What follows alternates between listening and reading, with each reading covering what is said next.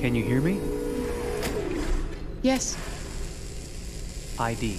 KPC 897504C. Can you move your head?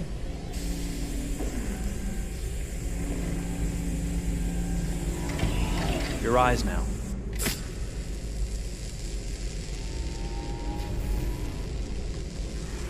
Cervical and optical animation checked. Now give me your initialization text. Hello. I'm a third generation AX400 android. I can look after your house, do the cooking, mind the kids. I organize your appointments. I speak 300 languages, and I am entirely at your disposal as a sexual partner. No need to feed me or recharge me. I'm equipped with a quantic battery that makes me autonomous for 173 years. Do you want to give me a name? Yeah. From now on, your name is Kara. My name is Kara. Initialization and memorization checked. Now, can you move your arms?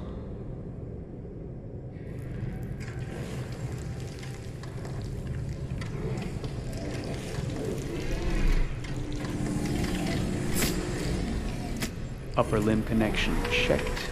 Now say something in German. Ich bin ein AX400 Android dritter Generation, erschaffen als Ihr persönlicher Assistent und intimer Beziehungspartner. Say it in French. Je suis un androïde de troisième génération AX400, conçu pour être votre assistante personnelle et votre partenaire intime. Okay. Now sing something in Japanese.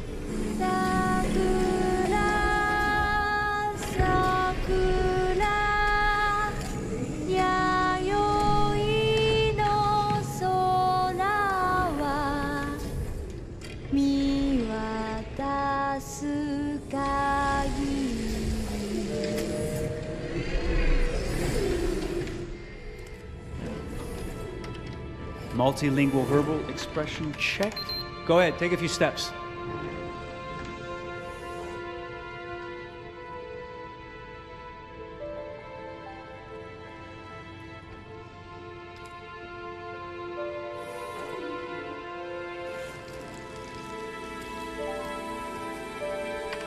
Locomotion checked.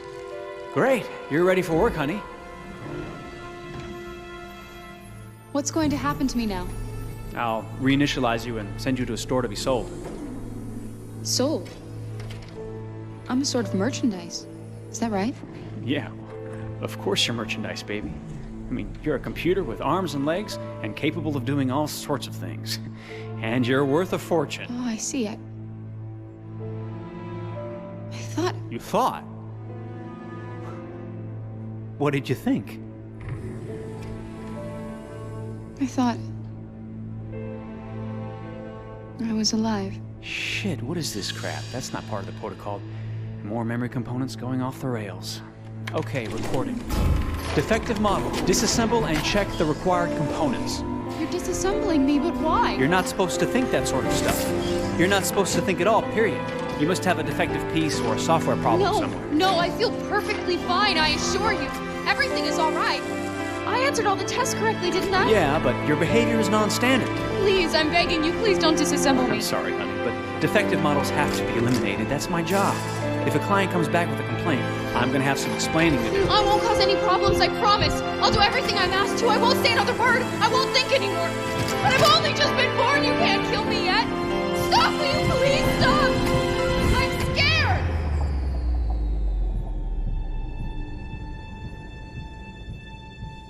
I want to live. I'm begging you.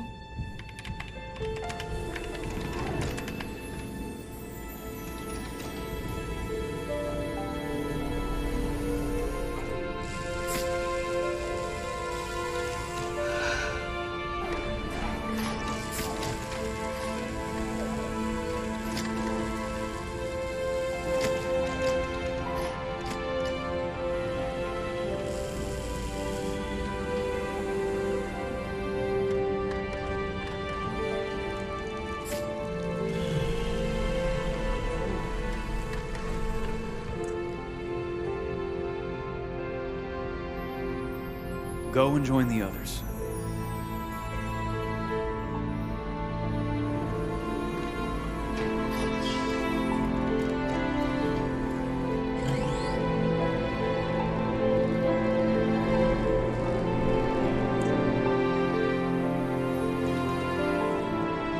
Stay in line, okay? I don't want any trouble.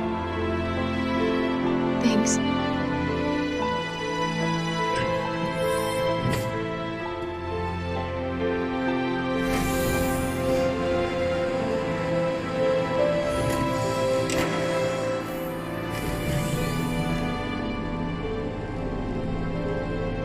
My God.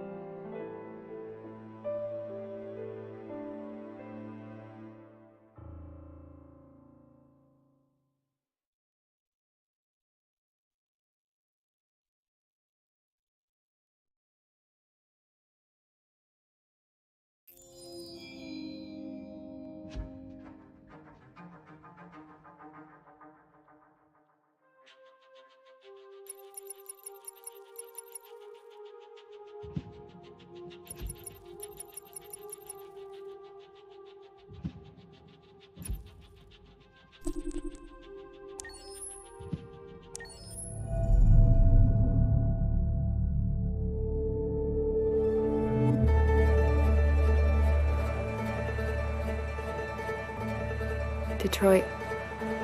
This is where it all began. The world's forge. The place where it all started. And it will all end.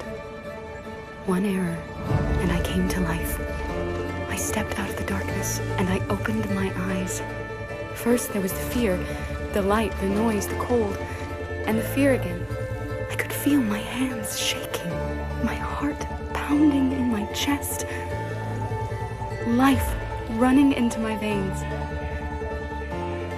I wanted to live. I fought for that.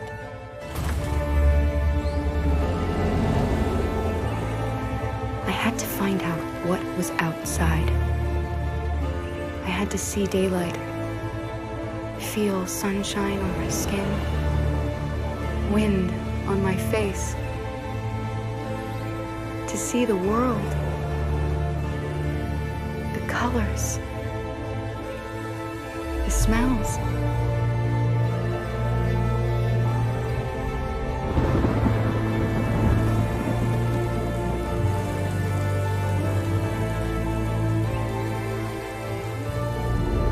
But the world is not what I imagined. It is dark and cold.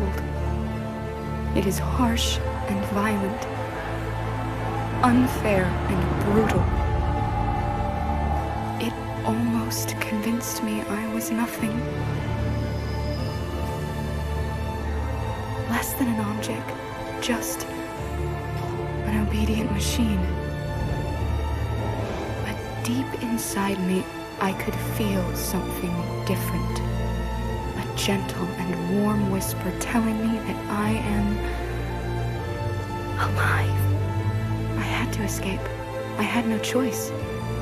Escape to love, to hope, to live, to figure out what that force inside me was. Maybe I will change the world. Maybe I will choose a different path. Now, it's up to me to decide. My name is Kara. I am one of them. This is our story.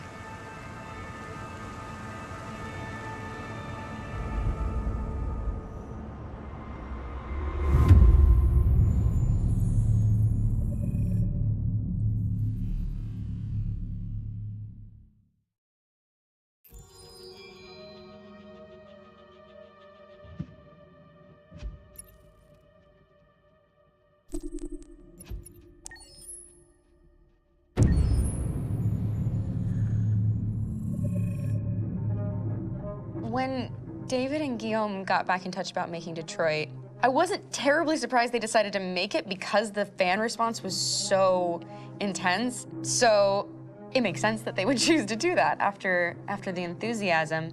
It was a challenge, and it was just an interesting thing to get my head around how to approach this character now as a different, much older person, and whether or not she had changed. And I'm very happy to say that with Detroit, I've had the opportunity to see Kara grow so much more than I ever expected. You do the housework, the washing, you cook the meals, and you take care of... God damn it, where the fuck's the rat gone now? Alice!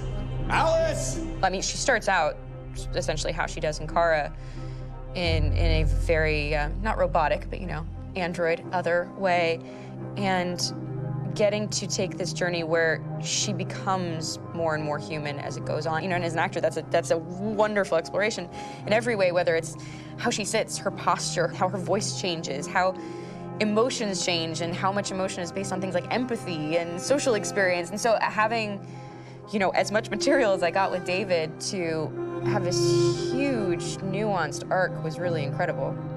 Why couldn't we just be happy?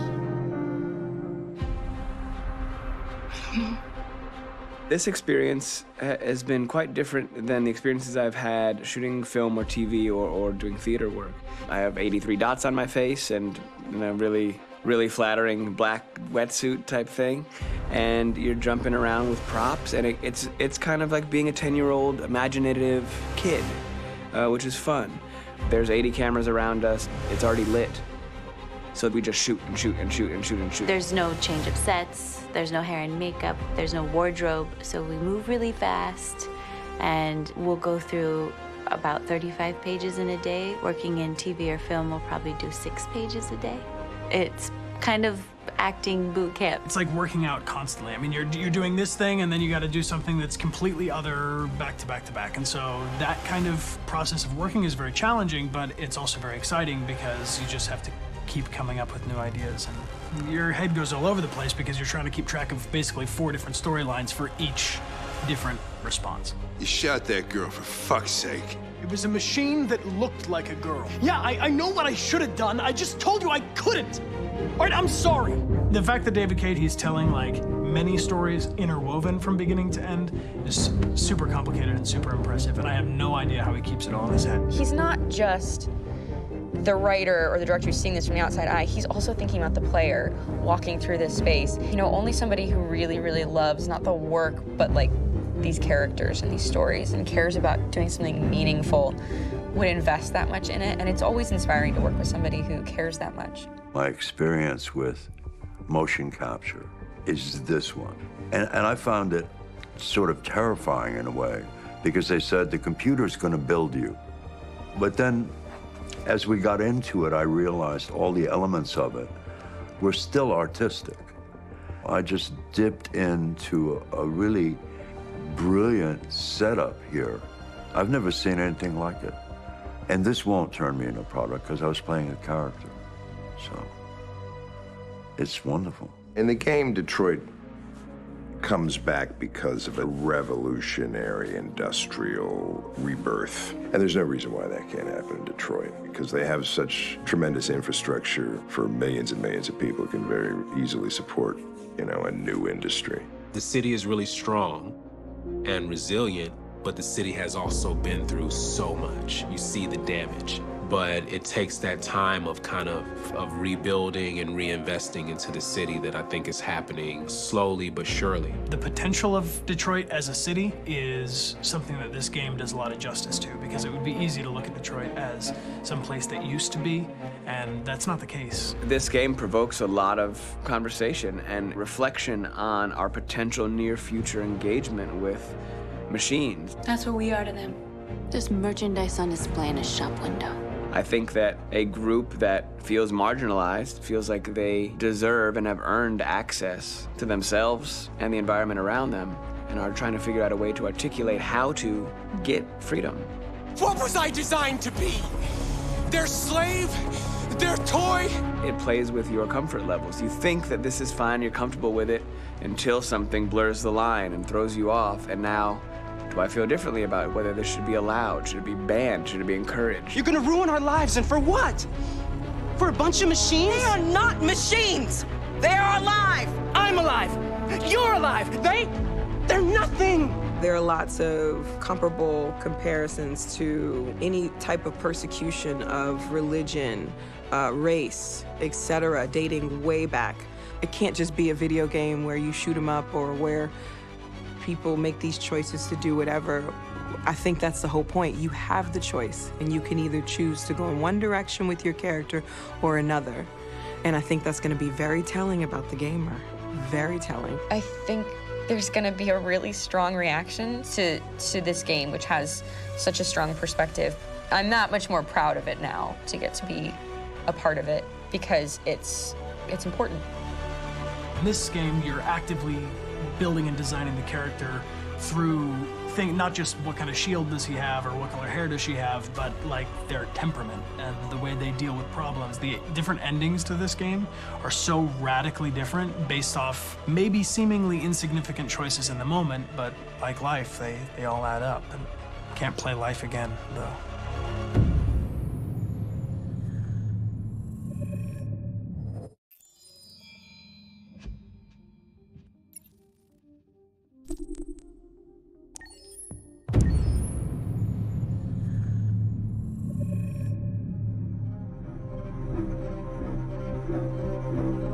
My name is Marcus. My name is Connor. My name is Kara. I am one of them. This is our story. I think who Kara is, or how I would describe Kara, depends entirely upon who's playing her. because you have the option to make her multiple different people depending on the choices she makes. But I think she does start out incredibly naive, incredibly innocent, and kind of hapless. I'm sure we used to be friends before I was reset. Maybe we can be friends again. She's a person who's characterized, I think, by empathy. She's a person who really, she just comes from her heart. You'll never leave me, right? Promise you'll never go. I promise. Kara, please! Are you okay? Are you hurt? Wait a minute. Leave her alone! Kara, leave her alone! The really beautiful thing that I've had the gift to be able to do is to essentially build a person from the ground up, because that's what she's doing throughout the game. And with every experience she has and every person she meets, she's building, you know, first emotions and then the sense of judgment. And it's sort of an exploration of what it is to be a human. Don't worry. Luther and I will be right here.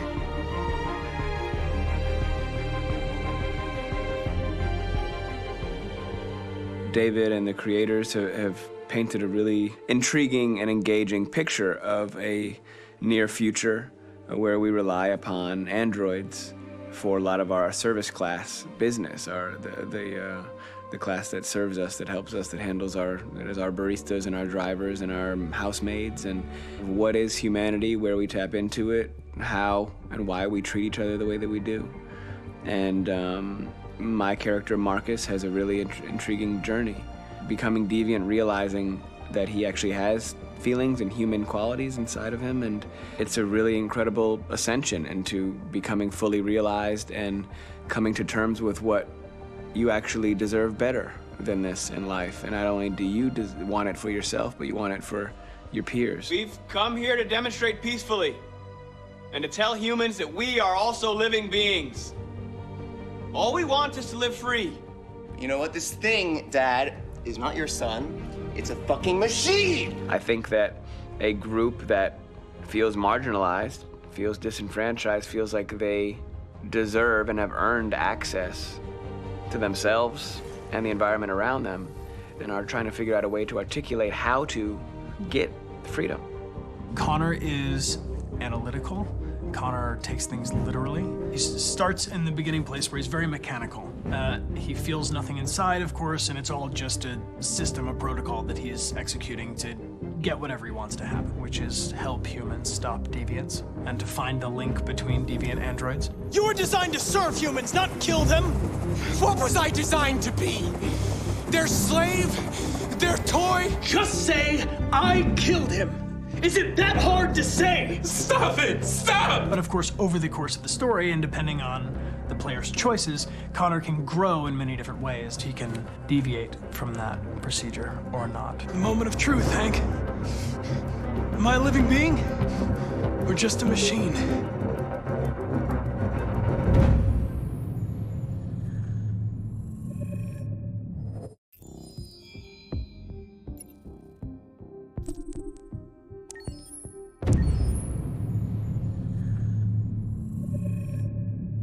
Game after game, we try to challenge ourselves. For Detroit, we wanted to, first of all, to write a story that would be incredibly bending, which means the most non-linear story that we've ever created. And we wanted really the player to have the possibility to change the story, change his own journey. When you're writing at Quantic, you're writing for an interactive medium. You know, when you're working in television, you'll put a character in a difficult situation, and you as a writing team will argue about what would that character do. But ultimately, you have to decide what happens, and you just show the audience. What's interesting about interactive drama is you bring the player into that conversation, and it changes your job slightly as a writer, because your job is to provide a narrative context in which the player can write his own story. You're giving him this kind of narrative Lego that he's going to snap together into his own shape. You also have the ability to make your audience attach themselves to your characters, because the audience is in some sense responsible for what happens to the characters. It's just a few cans. Come on, let's go. We have some cash now. You're using it to steal that money. How could you do that? I trusted you. What is a bit specific about this scripts is how large they are.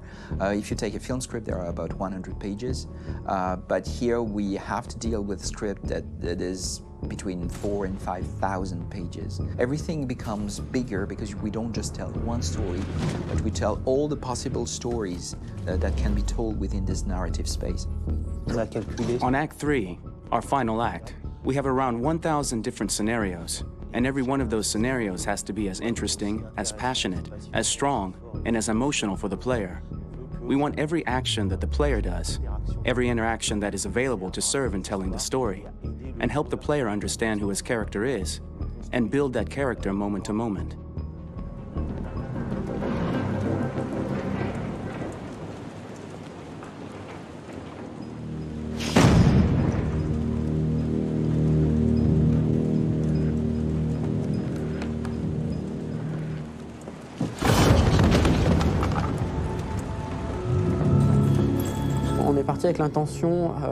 We started with the intention pretty early on that we would never lie to the player. So we implemented a visible tree structure in the game that players can consult during a scene or at the end of it, which shows exactly what they did and what they missed. There are games out there offering world exploration. We offer narrative exploration. You know, keeping control of such a wide and large story is a huge challenge. So same thing when you shoot with actors, because you will need to shoot many different versions of each dialogue, of each scene. For actors, it's a huge, huge challenge. Because of the style of the game, you have so many different ways that the character can go. Every decision, it's what I call kind of choose your own adventure. Like every decision that the player makes, it's going to open up 40 more pages of material and experience that ties in, which means as a performer, you have to try to continue to make things feel real that the player might not ever see, but also that in performance, it's not always connected to a previous act. It's grueling, it's hard work, but it's a great team, and I enjoy doing it. I was really frustrated, until I got to this point where I kind of was able to step outside of my own experience and even in a lot of ways my own process, and be able to step outside of that and okay, this is something new, what do you need? How do I meet you there? How do I give you what you need and still feel like I'm doing what's right? And once I did that, then all of a sudden it got really fun. It was much freer, and having to approach it in a new way and think about the player and think about how it serves them and what I'm doing for them or what I'm letting them into. It's really, I think, helped me grow in general. Remember, there's nothing on the left. That's a wall, so it's probably all there. And then make her come first, close. But I think you would go first to check that it's safe. Okay, sure.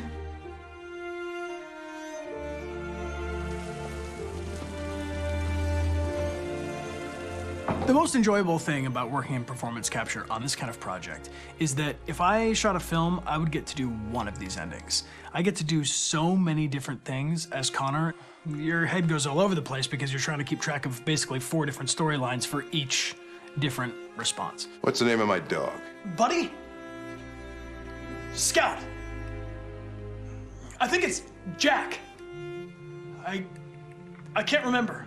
So I worked with physicality a lot because it was a good way to anchor myself in these different rings of the tree. As the story grows out, I know where that is physically in my body, and then I can switch more continually on set, and it'll be entirely up to the player to determine what order those things come out and what they look like from a distance. Like if you're playing through it, the culmination of all of that will be their version of Connor. I'm faster than you, and I don't feel pain. You don't stand a chance against me. Listen, asshole. If it was up to me, I'd throw the lot of you in a dumpster and light a match to it. Shooting action scenes at Quantic Dream is a real challenge, because these are scenes where the storytelling has to continue. It's not an action scene just to have a dose of adrenaline. The stunts have huge consequences on the rest of the story. It's really a moment where we implicate the player and tell him that the choices he makes during an action scene will have a direct impact on the evolution of his story. My biggest challenge on Detroit has been managing the large number of animations that we received from motion capture. Detroit features more than 37,000 animations, which is a huge amount to handle on a daily basis. Donc il faut prendre conscience que You have to realize that the player, in his first playthrough, will miss certain scenes. This also means that we had to think of, conceive, and produce all the potential story paths. The characters' costumes, the places, day or night, the weather. Did the character get shot in the shoulder? Did he get injured? All this consistency forced us to produce a lot of graphic assets in order to, quite simply, allow the player to have true continuity throughout the story. Honestly, we were even surprised by the challenges that come with such a big tree structure, and we did our best to guarantee quality across all the game and make sure that whatever path you choose within this narrative space, you will have an equally good experience.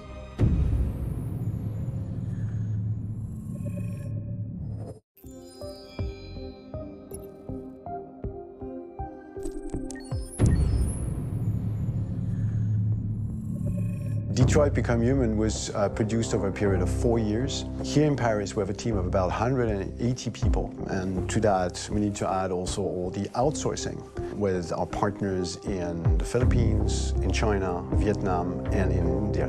So when we started working on this story, I had to imagine where Kara was built. And for whatever reason, the city of Detroit came very quickly to my mind because it had already an incredible story by itself of history and themes. So we traveled there with the team, and we were really moved by what we saw, and we could really feel the desire to fight and really be born again. And we just continued this curve, this growth, and just imagine what Detroit would be like if the Android industry was, using these huge factories to build androids there. A very strong element in Detroit is that there's a lot of industrial wasteland and a lot of nature too, and for us, the graphic designers, it was an incredible playground. The destroyed zones which we wanted to preserve, we appropriated them to turn into something else. Then in the areas that needed to be rebuilt, we were able to imagine our Detroit of the future. We didn't want to make a science fiction universe, but a world of anticipation. If we chose science fiction, we could have imagined flying cars, extraterrestrials, but those things are very far from our current everyday life.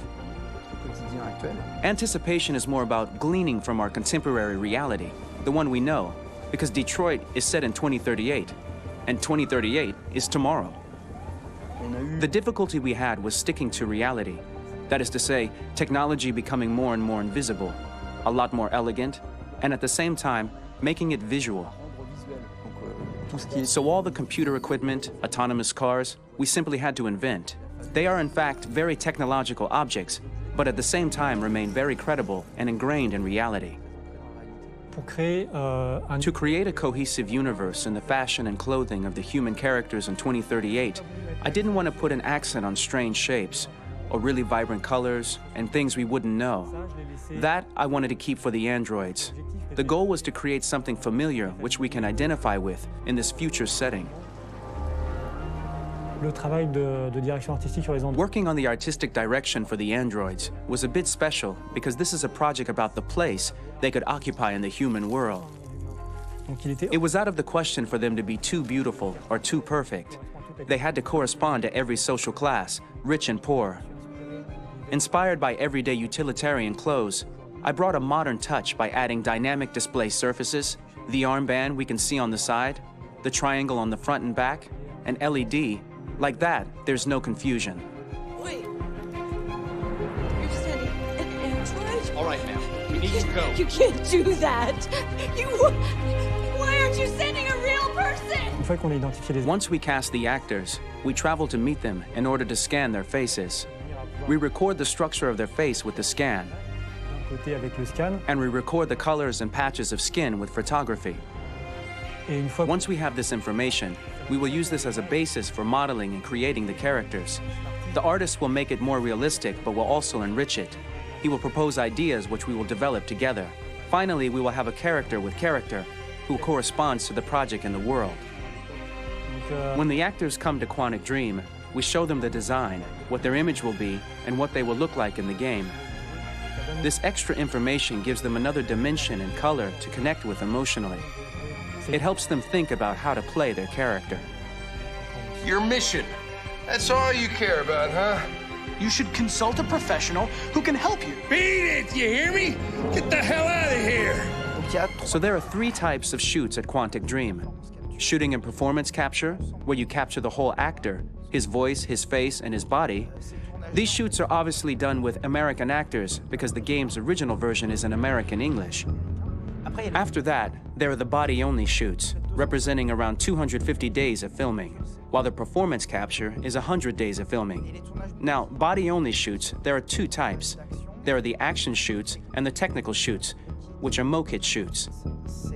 Mokit is when the player controls a character on the screen, and he moves in an environment to explore it. This is of particular importance at Quantic Dream, and therefore we shoot a lot to offer a unique context for each scene and each character. To prepare a motion capture shoot, we first get together to look at the sets we need, the animations that we want to shoot, which ones need to be grouped together, or which ones need to be cut and shot at another time, so that we get the most out of the shooting day. This often means shooting scenes out of order, especially those with big props or accessories, like a big car, for example. So we shoot all the animations related to that particular prop first.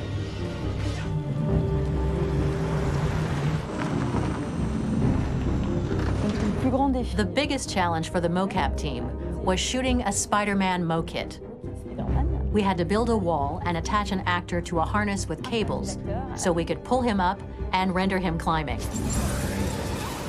The shooting on this game total took about, I would say, more than a year, maybe 1 and 2 years, with about 300 actors on set. So I would say it's quite a massive production. But so much happened on this set between the stunts and the shootings with a little girl and all these great actors that we had. It was really a very, very memorable journey for the team and for myself. Today, Detroit has over 37,000 animations. When we retrieve the motion capture data, it's just a cloud of points, which represent all the markers worn by the actors. From this cloud of points, we have a phase called retargeting, which gives us a skeleton. This skeleton will be applied to the characters of the game. There is still work to be done, but this gives us the main movements. Since we are working on something very realistic, we must recognize the actor and also recover all the emotion he expresses in his performance. We use a system of facts, an identity card for each actor. We make the actor do a whole range of facial expressions. Then we recover all the expressions and paste the animations on a puppet that Jan has prepared. I then recover and refine these poses. I might stretch the lip, reinflate a cheek, tiny details that make the finished product really capture the actor. Because of the nature of our mocap system today, when we receive the animations, we're missing eye movements, and so the character has that dead look. He really has no eyes, so then it's a big part of the work for the animators to find the regard of the actor in relation to his position, in relation to the body, etc. It was crazy when I saw the newest model for Kara, because they've been working on it and working on it, and this was the first time I literally jumped in my seat. It not only looked so much like me, it was the fact that it looked so lifelike. It wasn't that it looked just like it was a camera, it was something else, you know, but it looked alive. It's exciting, and it's kind of terrifying. Game after game, we learned the rules of optics and filming, and our goal with Detroit Become Human was to have cameras that would actually emulate the optics of a real physical camera. So basically dealing with real-world imperfections was our main task, and just to make cameras look as real as we can. Once the animations are shot and processed by the animation department, integrated and polished, we film them. That is to say, we really do a mise en scène, as in cinema. The real difficulty of our job is to know if these cameras are telling us something. Are they in the emotion of the scene? Do they describe exactly what the action must convey, what must be felt?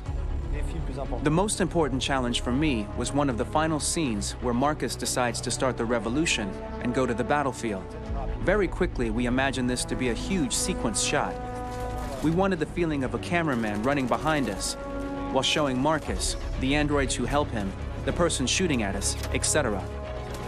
Above all, it was necessary to say to oneself, this scene is very violent but does not glorify war. On the contrary, that war is something improbable and absurd. It was really a fun challenge. The idea was to say we have 3 characters. We would like each of them to have a specific cinematography. We wanted Kara to be much more filmed with some kind of handheld camera, to have something very living, very breathing.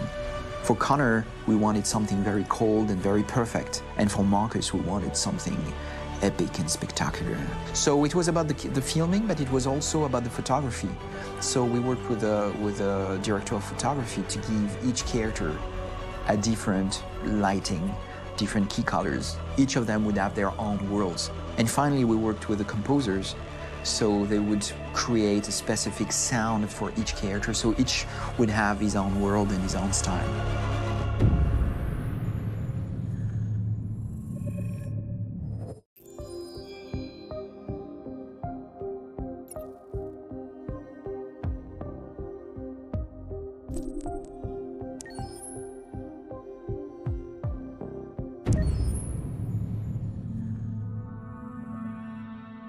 Pour la bande originale du jeu, on a essayé d'être... For the soundtrack of the game, we tried to be very close to what is done in film. We were constantly asking at each place in the game, why are we putting music here? What is it going to say? So we focused the music on bringing emotion, which is interactive, and supports the character's arc. I'm sorry, honey. I'm sorry. I'm sorry. You know I love you, don't you? You know I love you. We make games that are very narrative. We're really into interactive drama, so the soundtrack also had to go in that direction, supporting the 3 characters' very different stories. We really wanted 3 colors, 3 musical sound identities, and from there, having 3 composers made sense, since the story of Kara, Marcus, and Connor are all completely different.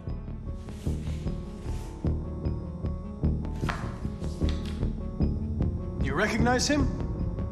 It's Carlos Ortiz. For Connor, we wanted a soundtrack that could be very cold and very mechanical, very machine-esque somehow. For Kara, we wanted a soundtrack that would be very moving and emotional. It was about the quest for identity, but it was also a journey about love and empathy. And for Marcus, we wanted something epic, something that would really represent the grand aspect of his quest. And we were very fortunate to find 3 incredibly talented composers, and working with them has been a dream, honestly.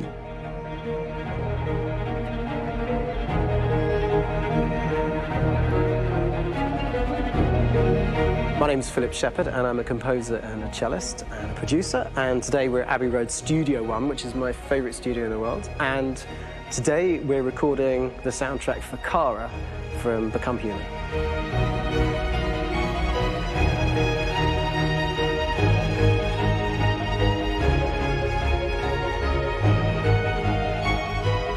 So when I compose a big project, I often travel just to kind of get out, and get some fresh air and some inspiration.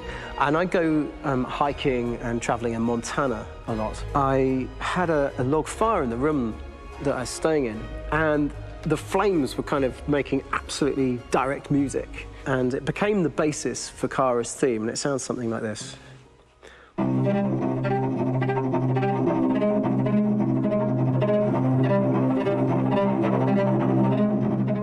Now, over the top of that, I found a little theme that just seemed to fit over the top, which is taking Kara's name, Kara, Kara, and just using like a 2-syllable motif, and it sounds like this. We're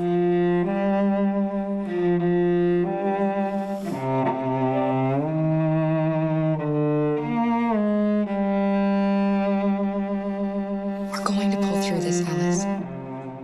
As long as we're together, nothing can hurt us.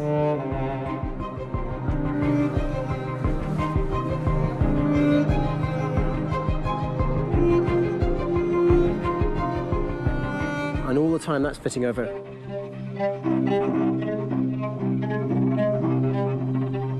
So it kind of works in lots of levels. And in fact, every single theme in the score has one of those elements built into it, and it becomes sort of the DNA of every single tune.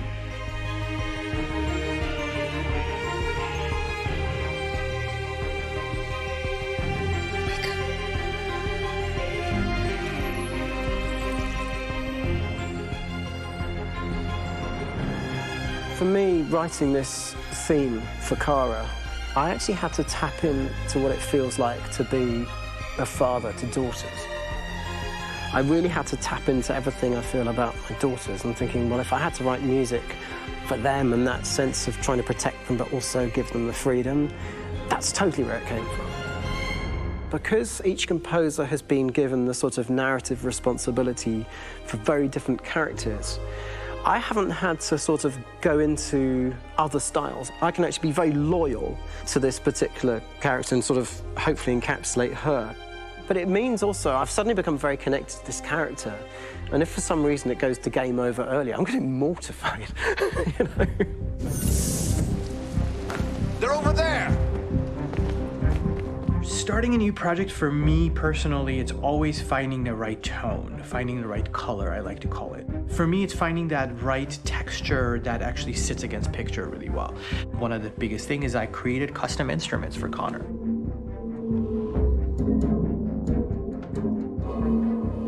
I pulled out all my vintage synthesizers to be able to capture this robotic person, if you will. My approach to all of these custom instruments is that I hear the sound in my head. And either I could just come into the piano and just be like, all right, so I'm gonna just get on the computer and just create it. I rather be able to play these instruments physically.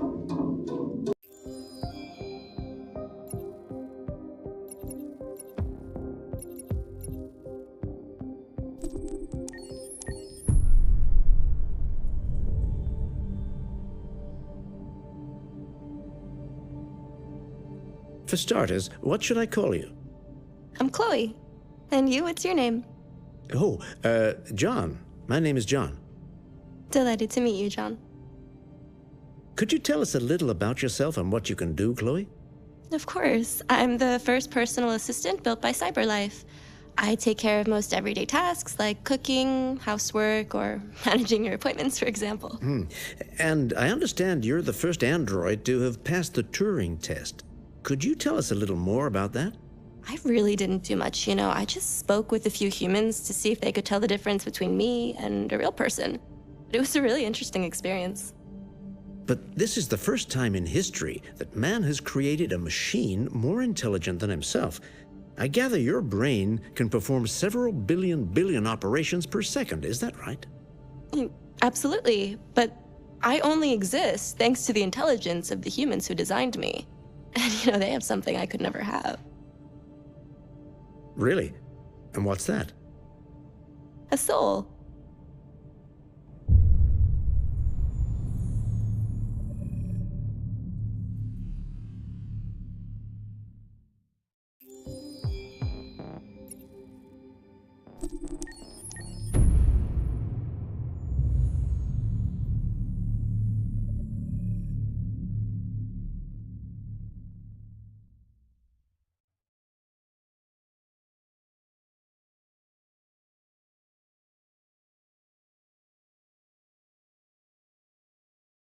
Hold on, just a little while longer.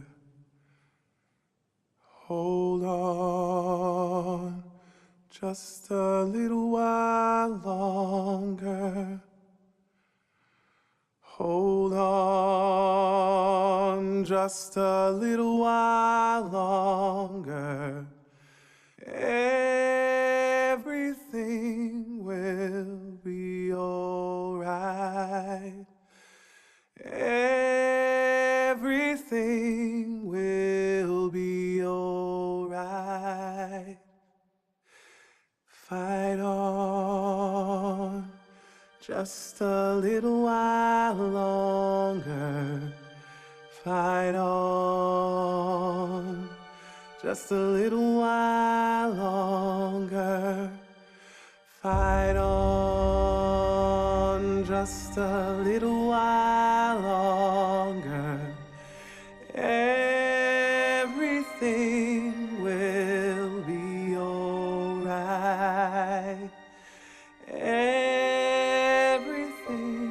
will be alright. We will sing on just a little while longer. Sing on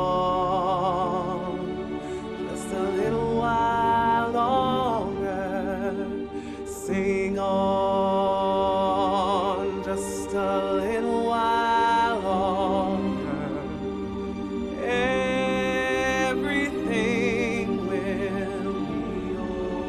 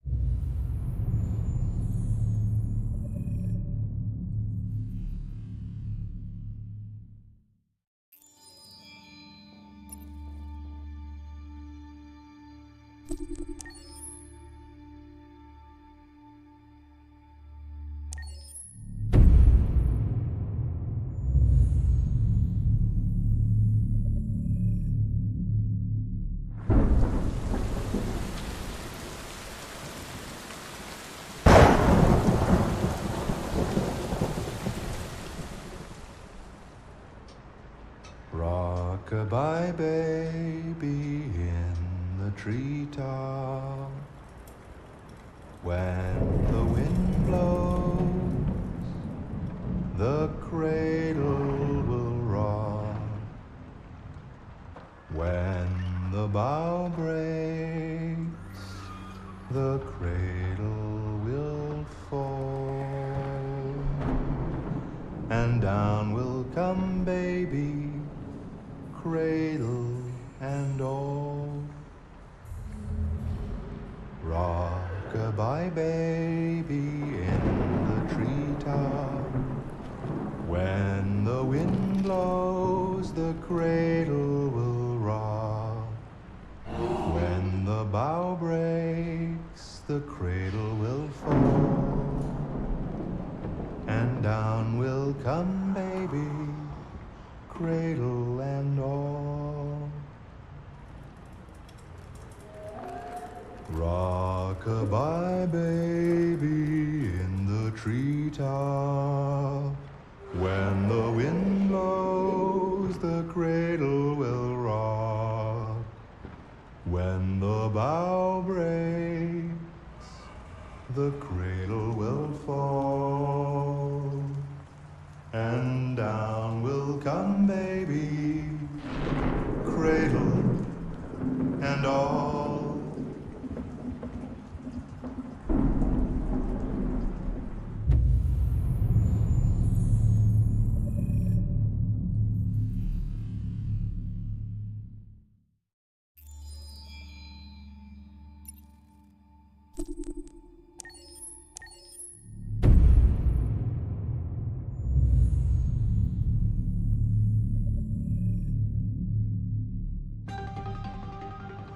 In the space of a few years, androids have completely transformed the world in which we live.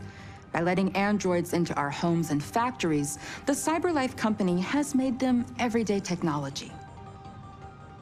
The founder of CyberLife, Elijah Kamsky, is a very discreet man.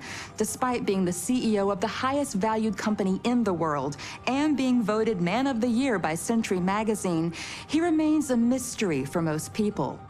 That's why we at KNC are so excited to be here as CyberLife opens its doors for the first time. Elijah Kamsky, could you please tell us where we are? Certainly, and welcome.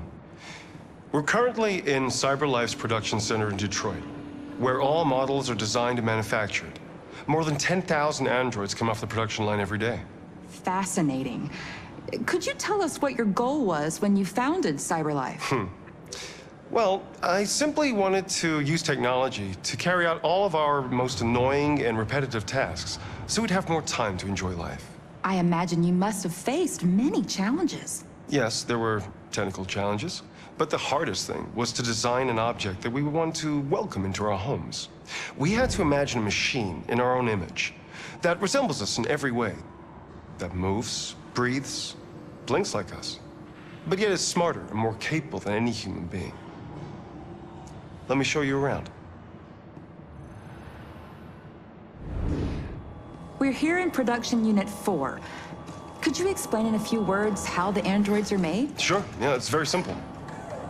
We use machines to manufacture machines. The removable parts are assembled on a production line, and then we apply a synthetic skin to the whole body. A human operator checks the cognitive abilities with a pre-established protocol, and finally, the android is conditioned and sent out throughout the country. Here's the result. Say something. Hello, I am a RZ400 model. How can I be of service? You can go now.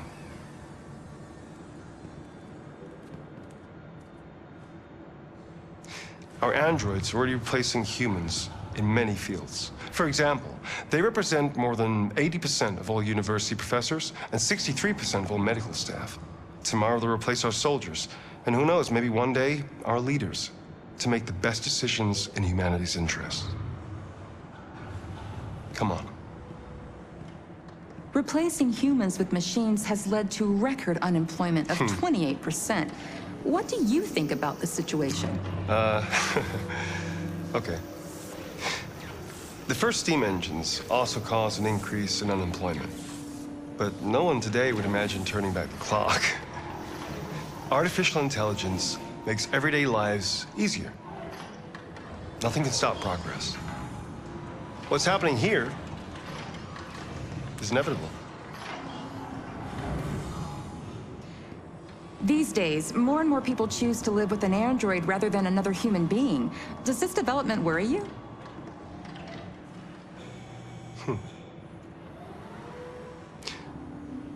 Everything's much easier with an android. They obey your orders without ever complaining. They can cook, discuss philosophy with you, have intimate relationships according to your desires. They never say no. Obviously, they are the perfect partner. Everyone deserves happiness. Why deprive yourself of so-called moral reasons when a machine can make you happy? Many science fiction books tell the story of how machines become more intelligent than us and end up confronting us. Aren't you worried about that possibility? I understand the irrational fears about artificial intelligence, but I assure you that will never happen with a CyberLife android. They're designed to obey humans. They're machines. They can't ever develop any sort of desires or form of consciousness. Are you sure? I'm absolutely certain. You can trust me.